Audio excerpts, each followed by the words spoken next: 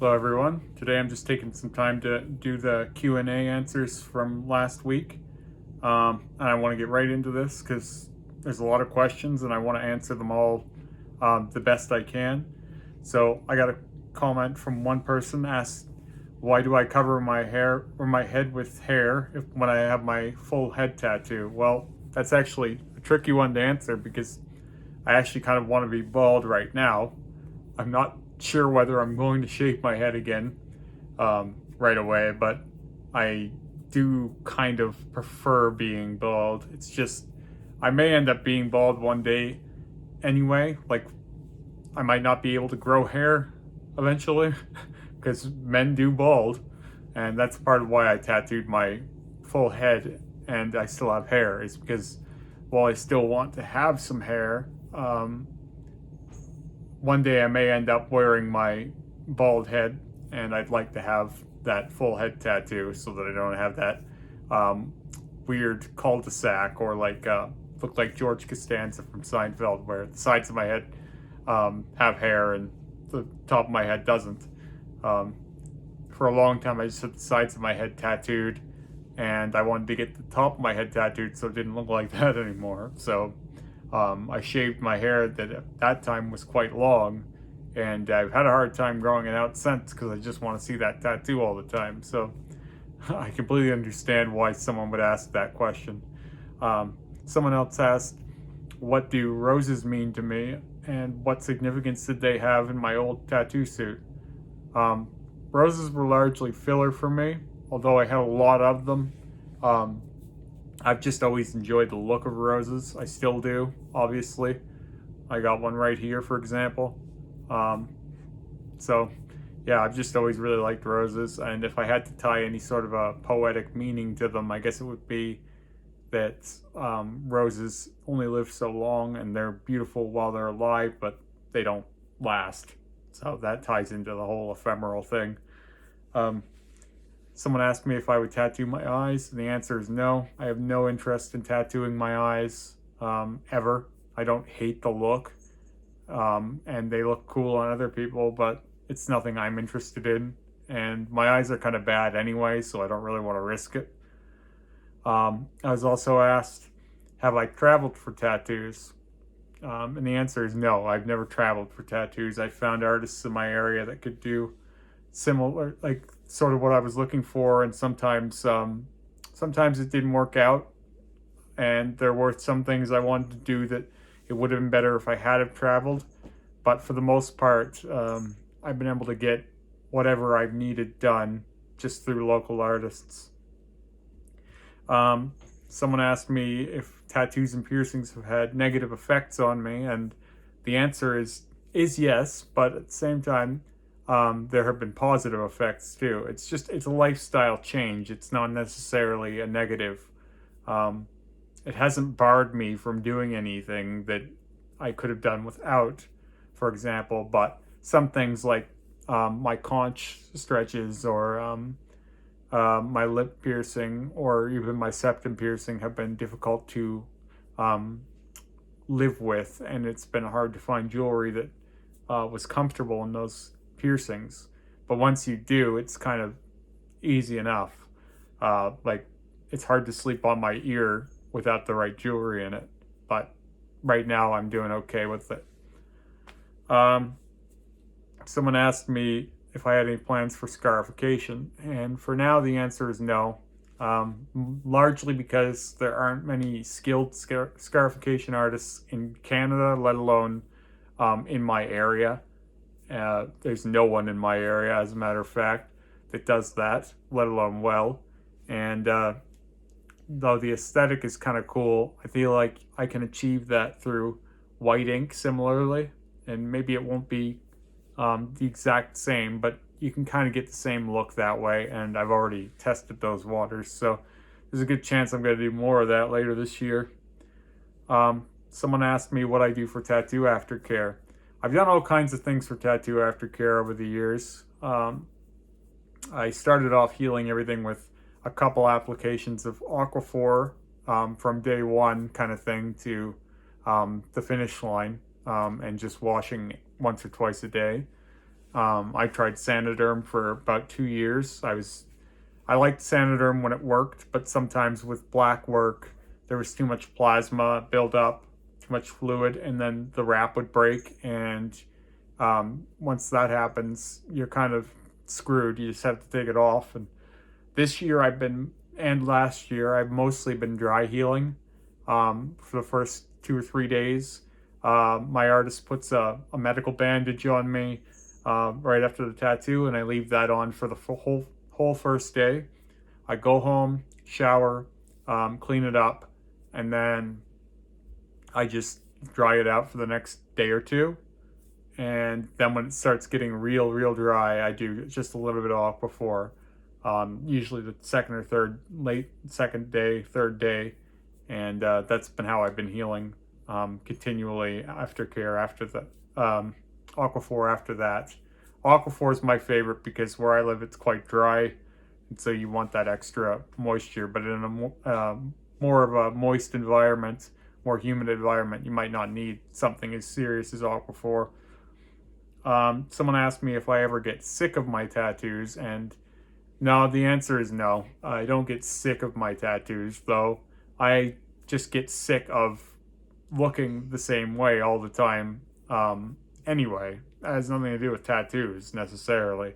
I am someone who's always changing the way I look. You'd be hard pressed to find me looking the same more than a few months.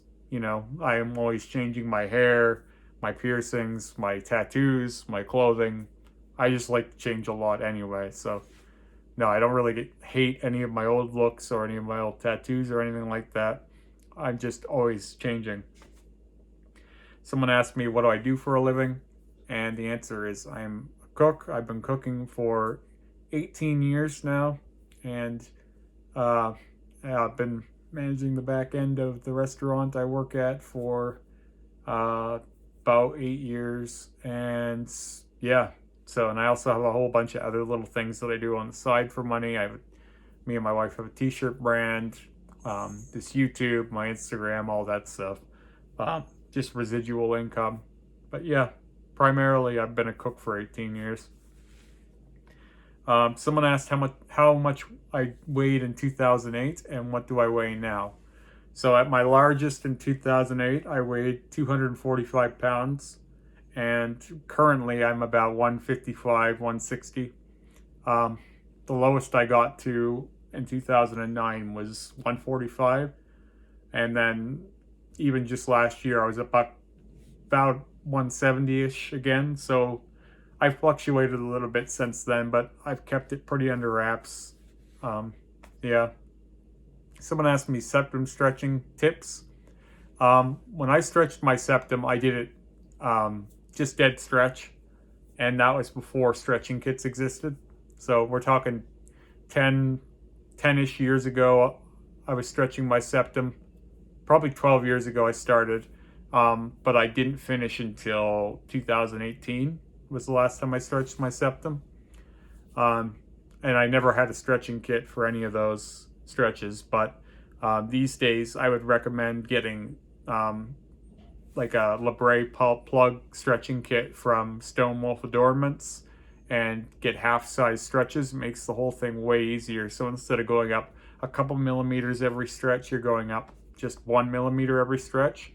And then, as I've spoken about in other videos, it's almost like you're not stretching the skin. You're just kind of, it's just a little snug. So you almost sneak the stretch in that way. And it's way less abrasive and hard on the tissue than, say, a taper would be, or a traditional dead stretch, which is how I did it. Someone asked me what ink I use.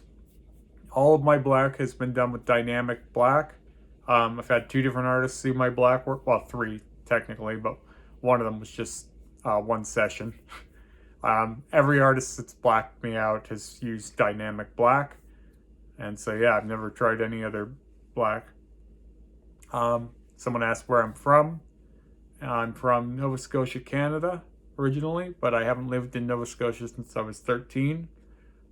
It's part of why I have such a strong accent, probably, because if you've ever heard a Nova Scotian or Newfoundlander talking, it's almost, it got like a European sound to it, like a Scottish or Irish type thing.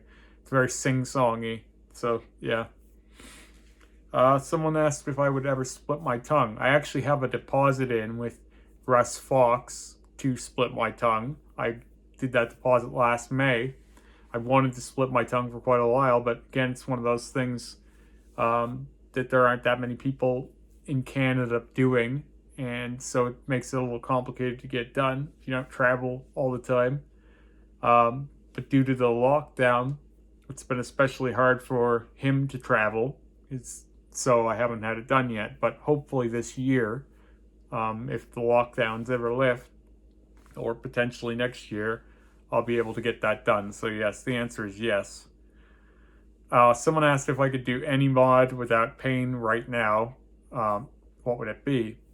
If I could do any mod right now without pain and without any complication at all, I would probably black out my palms. Now that being said, because people have asked if I'm going to black out my palms repeatedly, I would do it if it was like, you do this a couple times and it's perfect. But it's not going to be as good as my hands and fingers unless I do it 5-6 times. So that would be the one mod I would snap my fingers and do. But the reason why I wouldn't do that now is because it would be literally months off work healing all of that repeatedly. Someone asked, will I ever be finished my tattooing? And the answer is yes, I will, but no. I'll always be picking away at something, ironing something out, touching something up, but I won't necessarily be adding new things or anything like that forever. I think that either this year or next year I will be finished the bulk of my work, and I always said I wanted to be done my tattooing by the time I was 35, so I think I'm pretty well right on course for that, and I think I'm going to make it to that point before I'm 35, even doing 3 bodysuits kind of thing. Someone asked, when healing an armpit tattoo, can you use deodorant? I honestly don't know. I just would assume no. I've never done it. I wouldn't recommend it. Just leave it alone. That area doesn't need any aftercare at all either, because it's quite moist. Obviously your armpits sweat. But that being said, I've never had trouble healing my armpits. I would say if you're worried about being smelly while you're getting your armpit tattooed, just don't worry about it. Anyone who knows that you've had your armpit tattooed is probably going to be forgiving about it being a little smelly. So I just wouldn't risk the deodorant personally, because there's a lot of chemicals in there that could hurt a healing tattoo, I would think.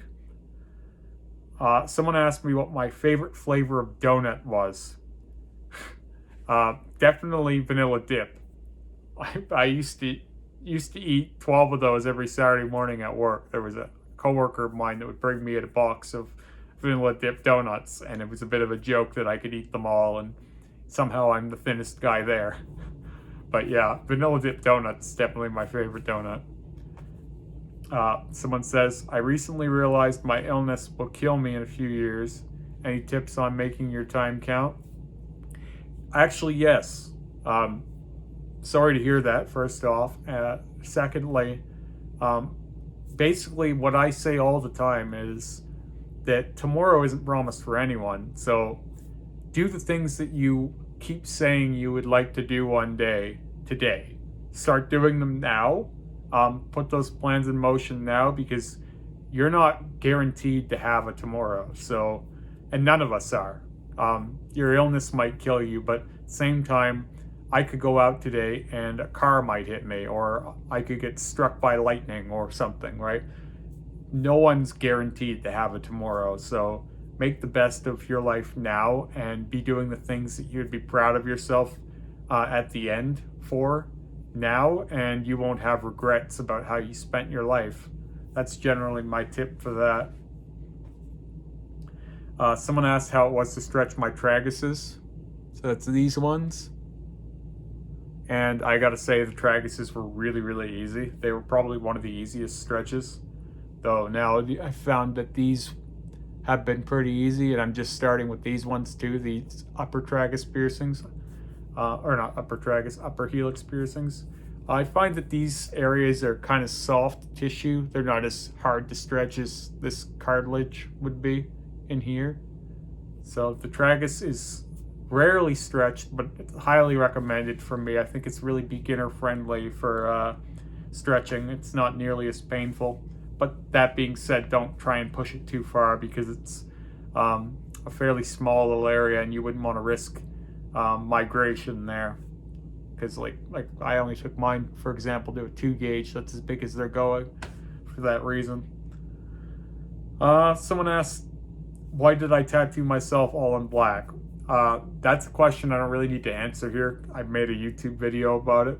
But basically because black covers everything, and I wanted to continue tattooing. I've covered that already extensively in other videos, so if you want to hear more than that, go check those out. What tattoo advice would I give my 16-year-old self? My 16-year-old self didn't really want tattoos. I didn't really want tattoos until I was a bit older than that, to be honest. I didn't even think I'd have sleeves until I was in my 20s, mostly because I was a cook, and I figured that since I'm always getting burns and cuts and stuff, whatever I did would look all banged up anyway, so why bother? But what I would tell myself when I was 16 is that more is possible with tattooing than you think, than anyone thinks. Especially, that was quite a long time ago, and if I look back 16 years ago, the industry was not nearly as far along as it is now. So I think I would tell myself to experiment more freely and don't be afraid to make some mistakes, because you can clearly always fix your mistakes, iron out the problems. Even blackouts can be covered, so anything can be covered. So don't worry about making mistakes, because people are always like, oh, you should wait till you're older to get tattooed because you might regret those things you got when you were young. I don't think that's true at all. I think get as many tattoos as you want when you're young, and you can piece them together or cover them up later, but you can't remake those memories and stories when you're older.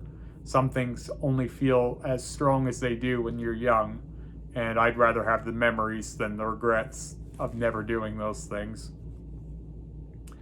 Someone asked me if there are any bodysuits out there that I admire and wish I had, and the answer to that one is a flat out no. While I enjoy the look of some suits, and while I feel more strongly towards some styles of tattooing than others, for example,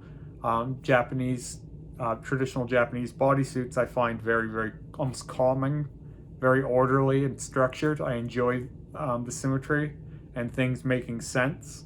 There isn't one bodysuit that I wish I had, and I'm not even fond enough of my own necessarily to say that of my own.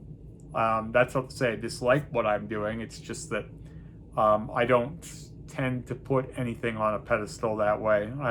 I think that we can all improve, and typically when I look at other people's bodysuits, I see the things that they could still work on, or that could have been done better, similarly to how I see my own, and that I'm always working on perfecting my own vision.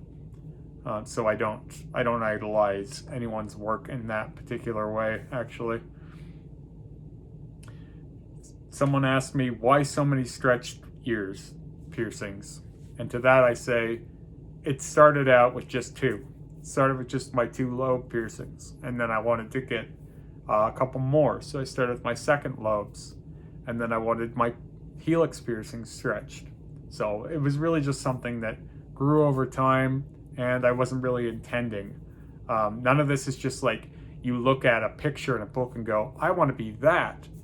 It's all a growing experience and a growing comfort. So you don't necessarily start out where you end up with these sorts of things. It's one of the number one questions I get all the time. It's just a general why. And there's no good answer to that. It's just you start out in this culture, you enjoy what you're doing with it, and you go a little farther. And if that's not why you're doing it, I don't think you're doing it for the right reasons. I don't think you should be seeking an image from the start necessarily. I think that the right reason to do this is because you enjoy the experiential side of it, and kind of the feeling you get from doing these things. If you're just in it for the image, well, image always changes.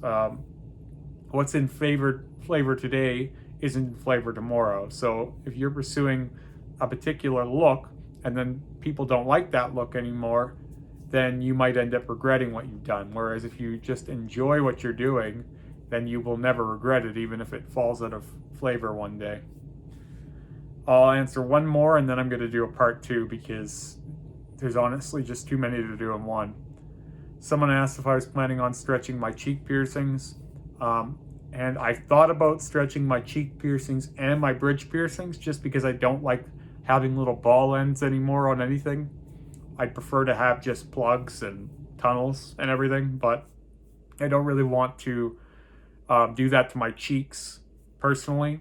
Partly because I have two sets in there, and partly because the cheeks are such a strange area to work in that I don't really want to risk any problems in those areas.